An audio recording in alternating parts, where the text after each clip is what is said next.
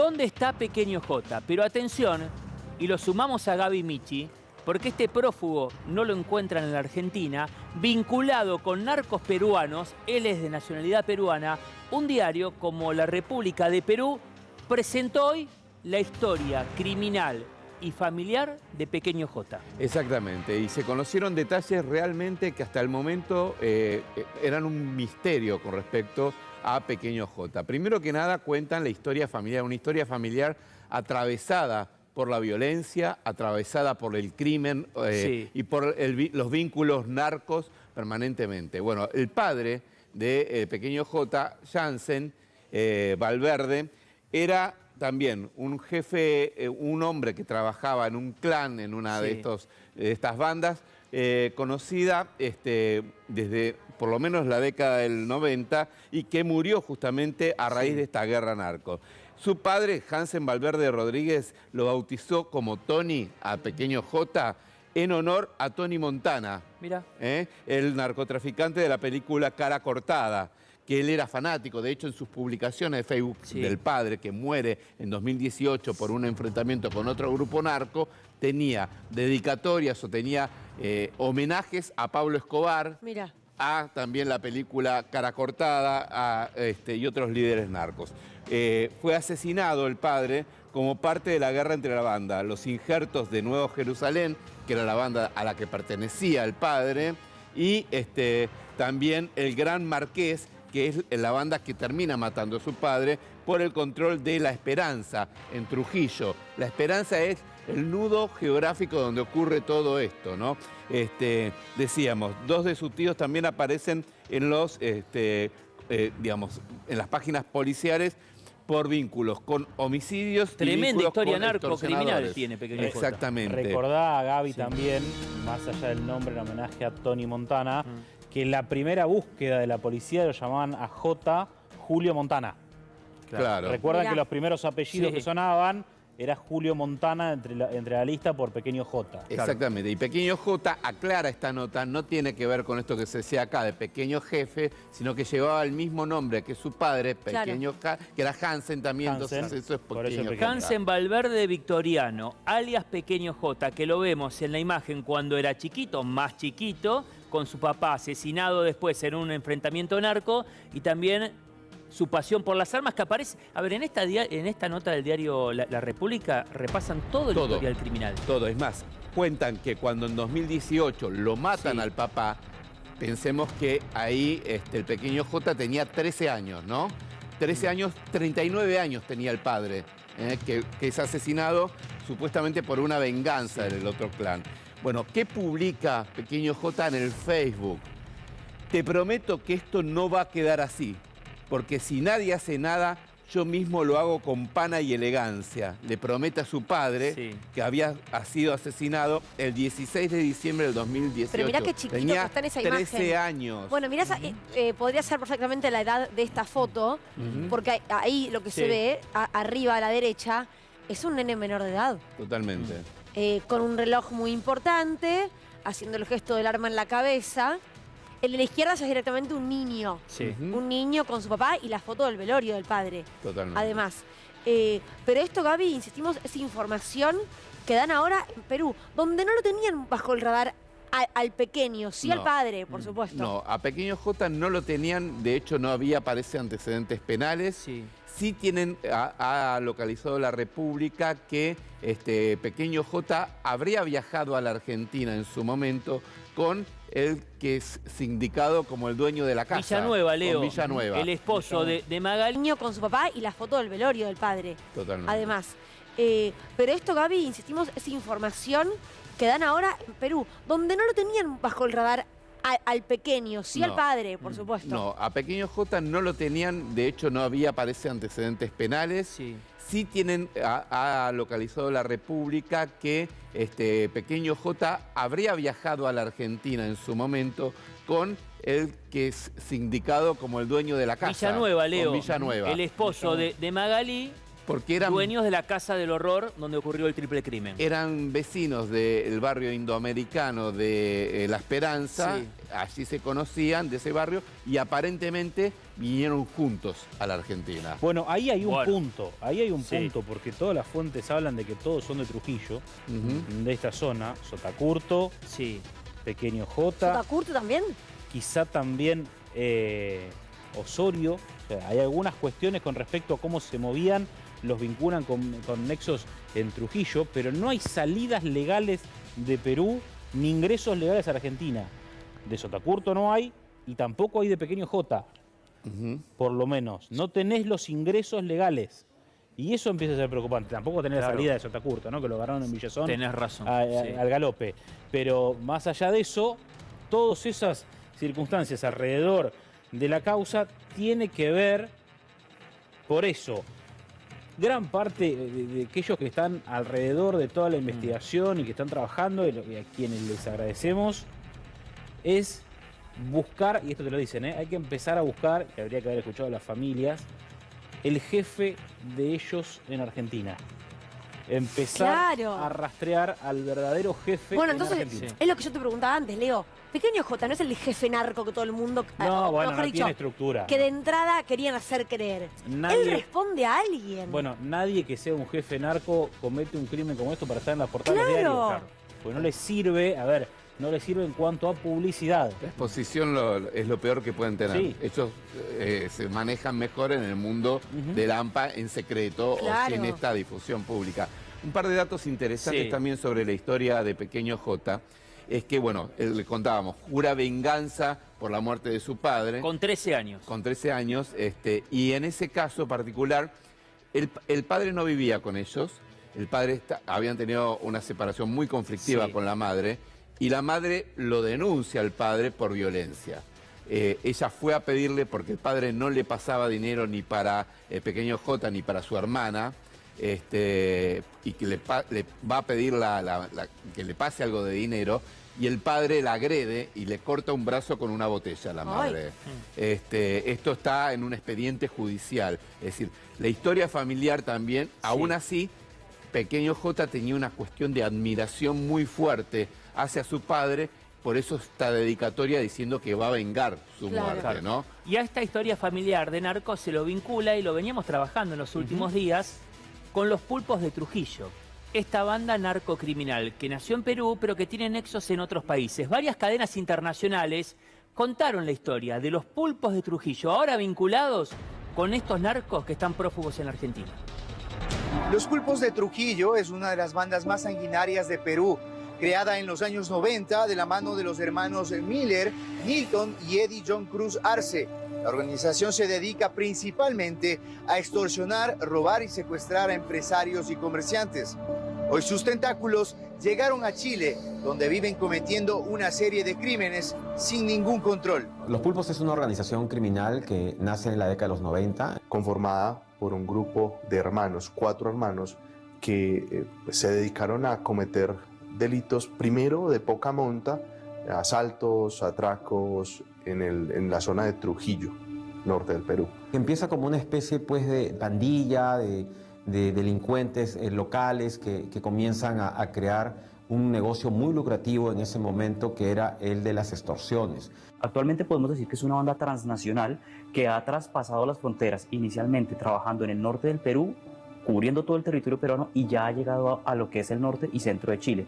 Podemos incluso hablar que existe una decisión de la banda, existe ya diferentes partes dentro de la misma banda. Se instala en Chile, en el sector norte de Santiago específicamente, y algunos sectores del sector céntrico, en donde comienza su actividad delictual, ¿cierto? Es una banda bastante peligrosa de crimen organizado, que especialmente ataca a sus connacionales. El principal delito de este grupo criminal son las extorsiones a comerciantes, a mototaxistas, a taxistas, a dueños de restaurantes, de pequeños negocios. Todo el mundo tiene que pagar un cupo para poder trabajar sin que los molesten. Ellos lo hacen con la disculpa de que los están dando protección. Era una pequeña banda que se dedicaba específicamente a las pequeñas extorsiones y ellos se confabularon, se congeniaron para realizar esta pequeña banda. No era una banda dedicada al narcotráfico, no es una banda dedicada a los robos en ese entonces, sino era una banda de pequeña escala, de pequeñas extorsiones.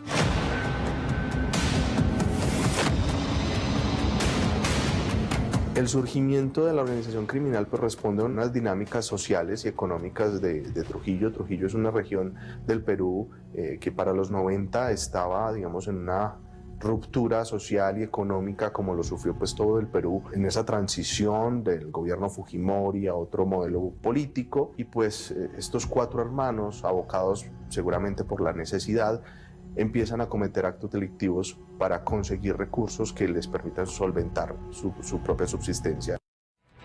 Gran parte de los investigados por el triple crimen en la República Argentina nos llevan, son los caminos a Trujillo, a Perú. Y ahí, por lo menos en esta línea de investigación, ya son varios los especialistas de diferentes partes del mundo que marcan que nacieron muchos de estos narcos. Recién hicimos un álbum de historia familiar narco de Pequeño J con los pulpos de Trujillo, que crecieron en Perú. Recién veíamos en este muy buen informe también cómo se expandieron a Chile y no descartan que buscan poder también en otros países de la región. Bueno, de hecho, los investigadores están señalando la posibilidad de que el Pequeño J forme parte de los pulpos de Trujillo, porque, a ver, los pulpos de Trujillo, justamente en la zona de Trujillo, donde vivía este joven, son la voz mandante del delito allí, ¿no? O sea, es muy probable, es más, es una banda que incluso tiene otras bandas dentro, ¿no?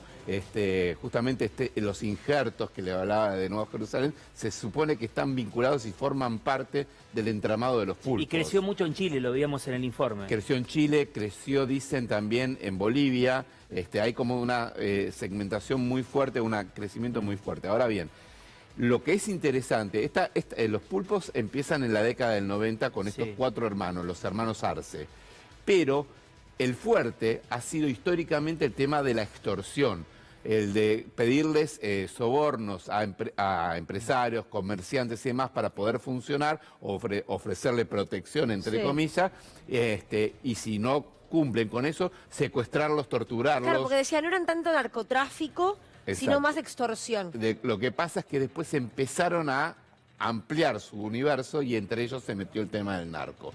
Esto es algo que ha pasado mucho con bandas delincuenciales de México, de Colombia, que por ahí en un principio empezaban siendo de un determinado rubro delictivo y después empezaban a sumar más. Claro. Hoy los grandes carteles de la droga en México no se dedican solo a la droga, se dedican al tráfico de personas, se dedican a la extorsión, se dedican a la venta de armas, ¿no?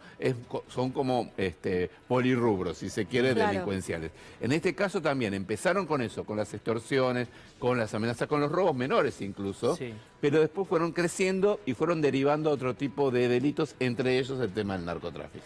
A ver, hay una segunda parte de este informe, gentileza de DNews, para entender de dónde viene la familia de Pequeño J, cuyo padre fue asesinado por una discusión entre bandas narcos y él llega a la Argentina ilegalmente sin ningún tipo de registro.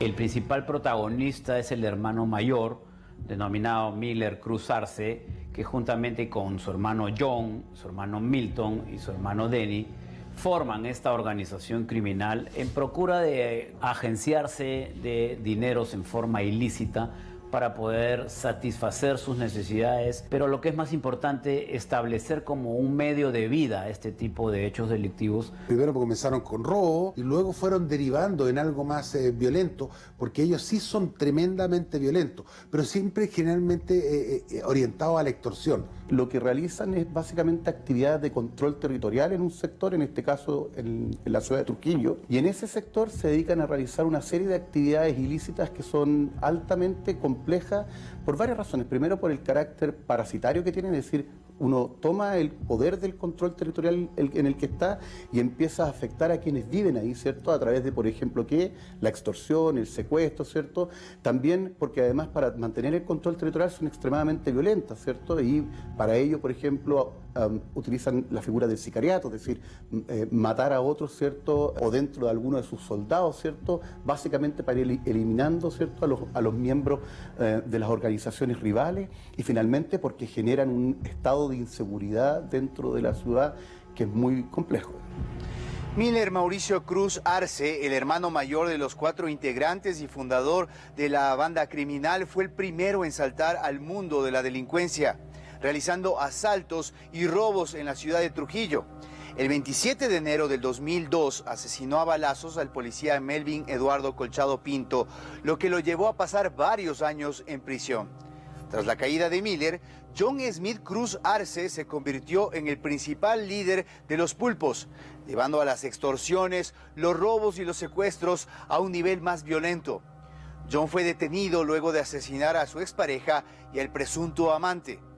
En el 2014, cuando los 4 hermanos estaban presos y se creía que la banda había finalizado sus actos delictivos, apareció el hijo de John, conocido como Johnson Pulpo, llevando el mando principal de la organización y convirtiéndola en la banda más sanguinaria de Perú. Johnson está acusado de matar a más de 100 personas y hoy se encuentra prófugo de la justicia.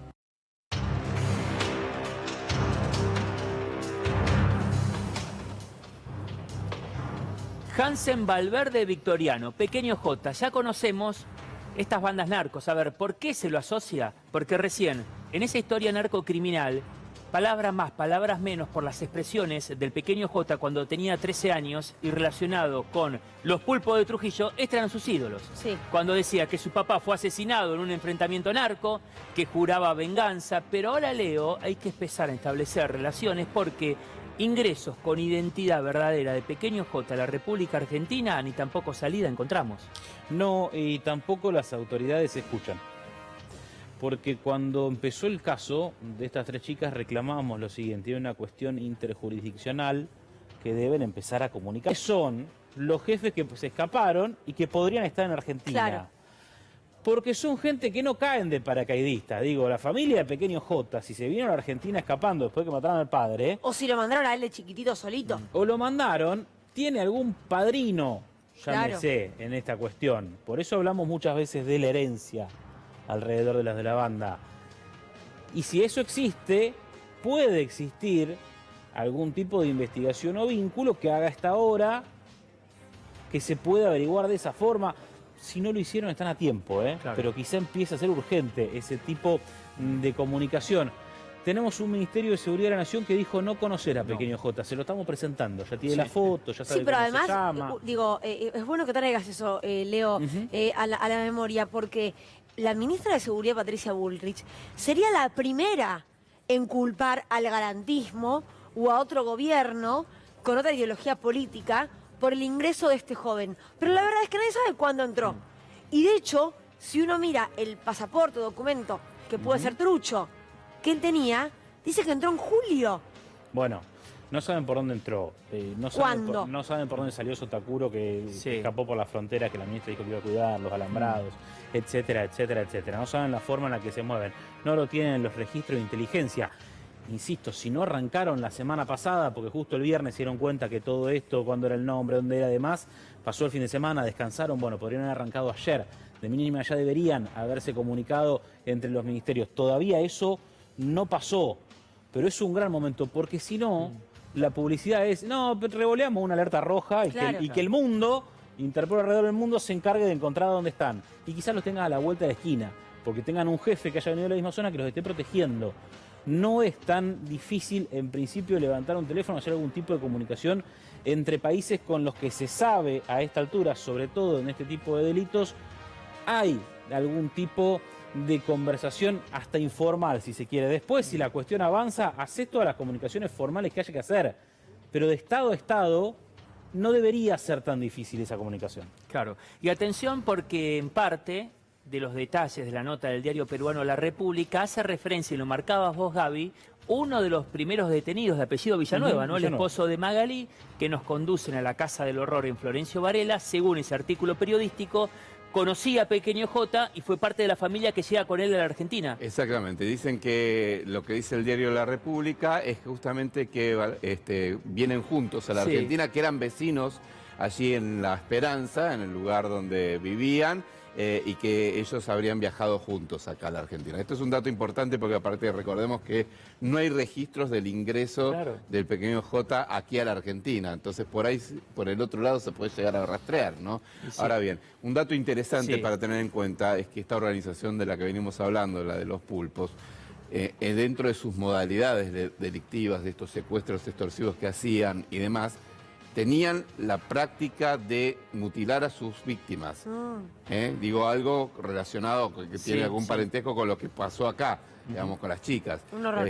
Y esto para tener en cuenta, pero digamos, hay toda una historia familiar detrás de Pequeño J que habla de una historia familiar de violencia y delincuencial por parte del padre que terminó drásticamente cuando fue asesinado en 2018. En la Argentina, todavía de él, no sabemos absolutamente ¿Sigue nada. en el país? Y en vivo estamos en la Fiscalía, en minutos, después de la declaración de